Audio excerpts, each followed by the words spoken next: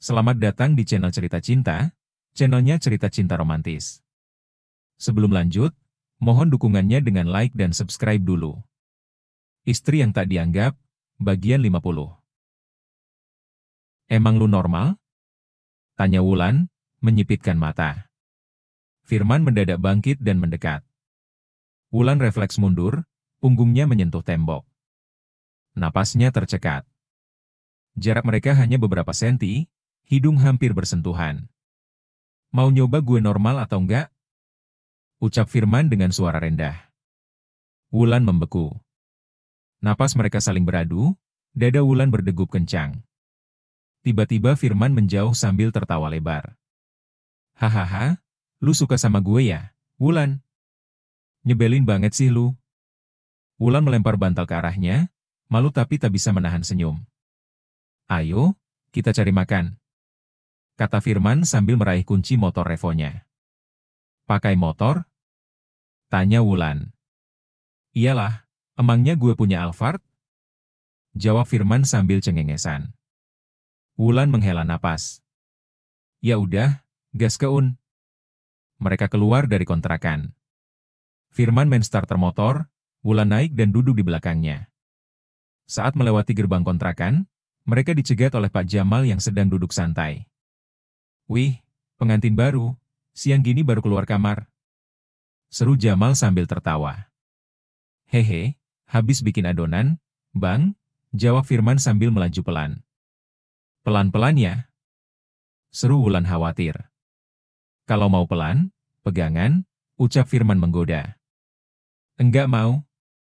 Seru Wulan, tapi tangannya tanpa sadar melingkar di pinggang Firman. Tiba-tiba motor ngerem mendadak. Ciit. Ada apa, Maan? Tanya Wulan panik. Firman menajamkan mata, kayaknya itu anak buah kakek lu. Wulan menoleh. 3 mobil van hitam terparkir melintang di jalan, menghadang mereka. Pintu-pintu mobil perlahan terbuka. Firman dan Wulan terpaku di atas motor.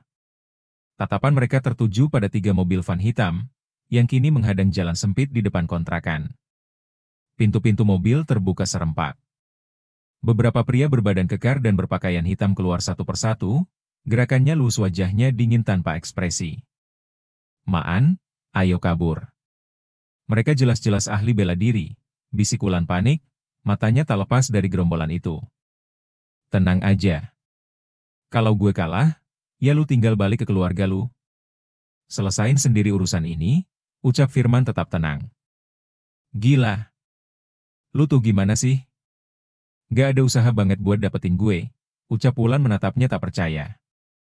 Ah, lu aja gak mau tidur sama gue. Padahal gue udah babak belur dihajar bokap lu kemarin, ucap Firman sambil melirik sekilas. Belum sempat Wulan membalas, salah satu pria berpakaian hitam maju. Nona, Anda harus ikut kami sekarang, kakek Anda sudah menunggu di rumah. Aku udah nikah. Aku nggak mau pulang. Kasih tahu dia, aku bukan barang yang bisa seenaknya diseret-seret. Jawab Wulan dengan nada kesal, masih tidak habis pikir dengan kakeknya yang keras kepala. Kalau begitu, maaf, kami harus memaksa. Seorang pria mendekat dan hendak meraih tangan Wulan. Plak! Tangan pria itu langsung ditepis keras oleh Firman. Jangan main sentuh-sentuh dong. Ini tante gue. Kata Firman sok serius. Tante apaan, Maan? Ucap Wulan kesal disebut tante oleh Firman. Jangan ikut campur. Kamu nggak tahu sedang berurusan dengan siapa? Ucap pengawal itu menegang. Gue nggak peduli. Yang gue tahu, lu harus sopan sama bini gue, tegas Firman.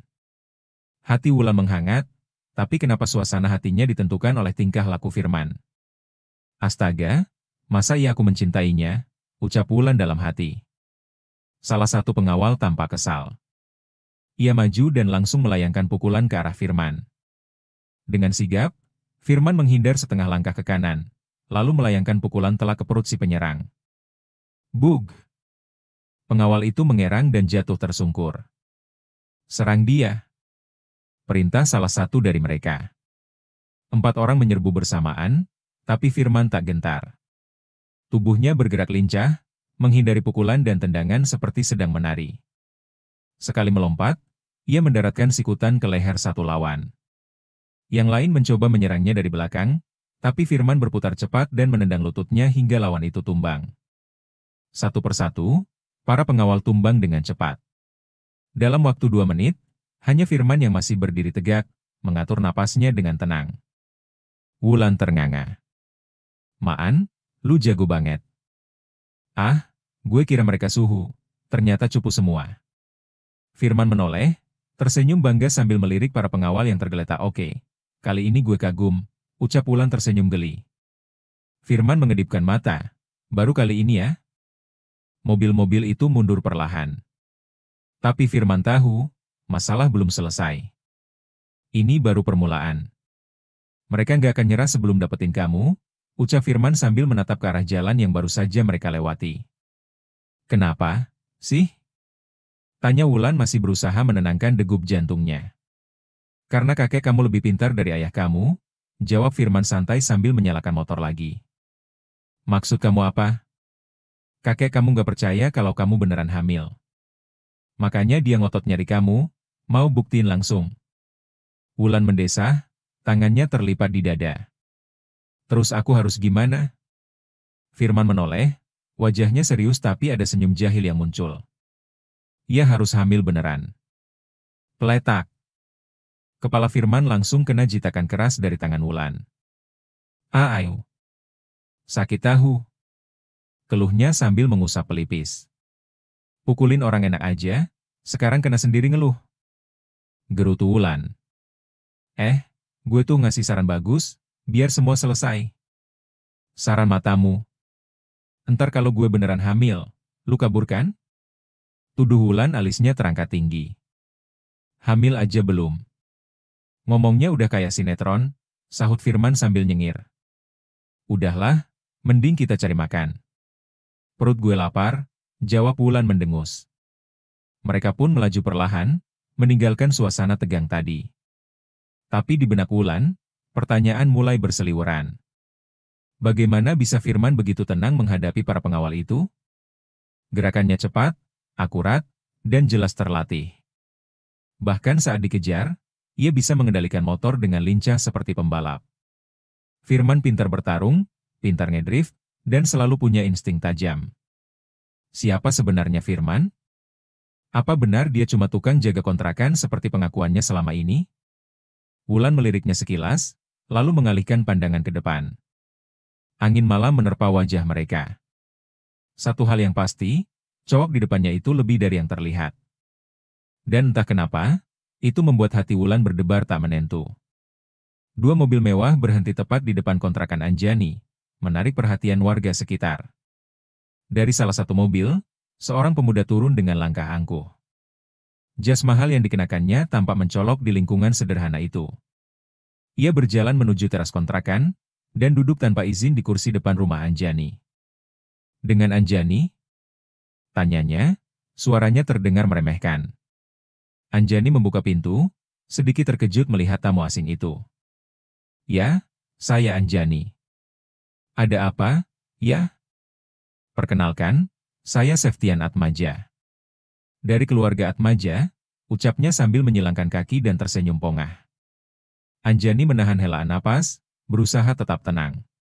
"Keluarga Atmaja lagi, semoga nggak seperti Raka," batinnya. "Langsung saja ke intinya," ujar Septian tanpa basa-basi. "Silakan saya dengar," jawab Anjani sopan.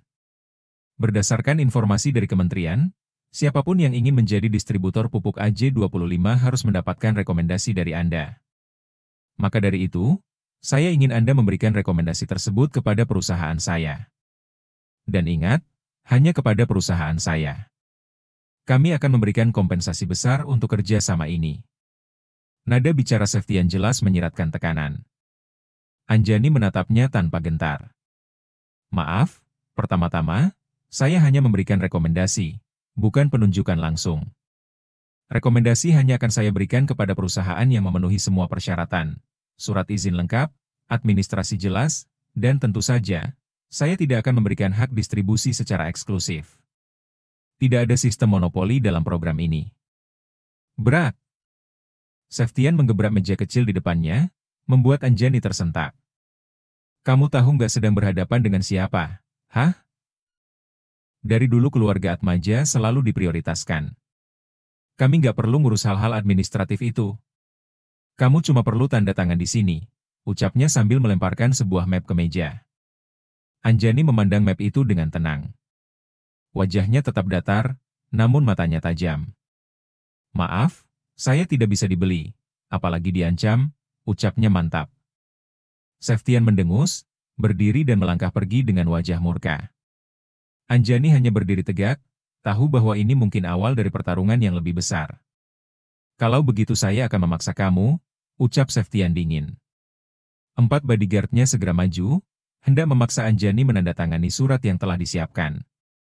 Namun, Anjani berdiri tegak siap menghadapi mereka. Ia tidak akan menyerah. Ia tidak suka diintervensi, apalagi tidak akan menyerah. Ia tidak suka diintervensi, apalagi diintimidasi. Paksa dia tanda tangan. Perintah Septian dengan nada memaksa.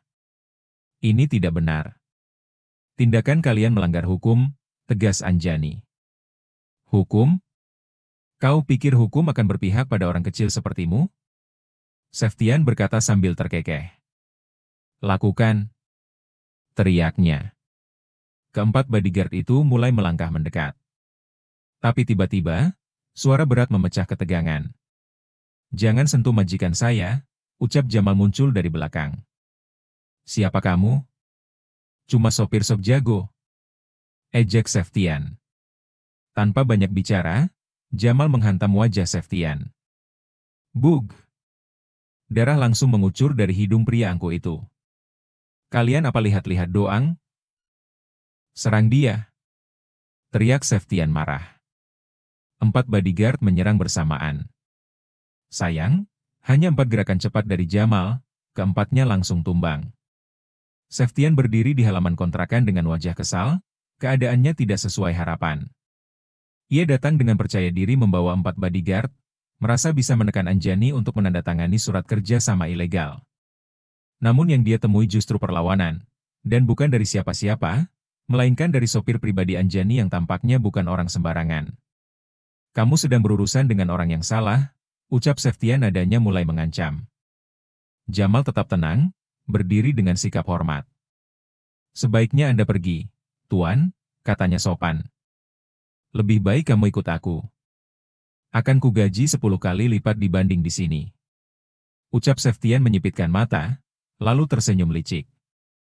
Maaf, kesetiaan saya tidak bisa diukur dengan uang, jawab Jamal datar tanpa emosi. Kalau begitu, kamu akan mati, ucapnya wajah Septian berubah merah. Septian tidak terbiasa dengan penolakan, apa yang dia inginkan harus terwujud. Dia merogoh kantong celana dan mengeluarkan ponsel. Dengan kasar dia menekan tombol dan menempelkan ke telinga. Cepat, kalian ke sini sekarang. Bentaknya lalu memutus sambungan. Aku sudah tahu Anjani punya pelindung, ternyata kamu orangnya. Sayangnya kamu sendirian. Anak buahku sudah di jalan, sebentar lagi mereka sampai. Menyerahlah, ikut aku dan semua kesalahanmu akan kumaafkan. Ucap Septian menatap Jamal. Septian senang dengan kekuatan dia akan semakin kuat jika Jamal berasa di sampingnya. Jamal menarik napas pendek, lalu menjawab tenang. Tuan, lebih baik saya antar Anda ke mobil, atau, kalau perlu ke rumah Sa. Kurang ajar. Sekarang kamu sombong, nanti kamu akan bersujud minta ampun padaku. Ucap Septian marah. Dia kembali menekan tombol ponsel. Di mana kalian? Hah? Lama sekali. Suara dari seberang menjawab gugup. Maaf, bos, mobil kita ditabrak trailer. Hancur. Septian mencak-mencak, lalu mencoba menghubungi pengawal lain. Jawabannya sama, semua dalam masalah. Wajah Septian memucat, rasa percaya dirinya runtuh perlahan. Situasi berbalik cepat, ia bukan lagi si penguasa. Kini hanya orang panik yang ditinggal oleh kekuasaan. Tunggu apa lagi, Tuan? Silakan pergi sebelum semakin memalukan, kata Jamal tetap sopan tapi tegas. Septian menatap Jamal dengan dendam yang tertahan. Iya, tapi urusan ini belum selesai. Awas kamu. katanya, lalu berbalik pergi dengan langkah cepat, meninggalkan kekalahannya. Bersambung.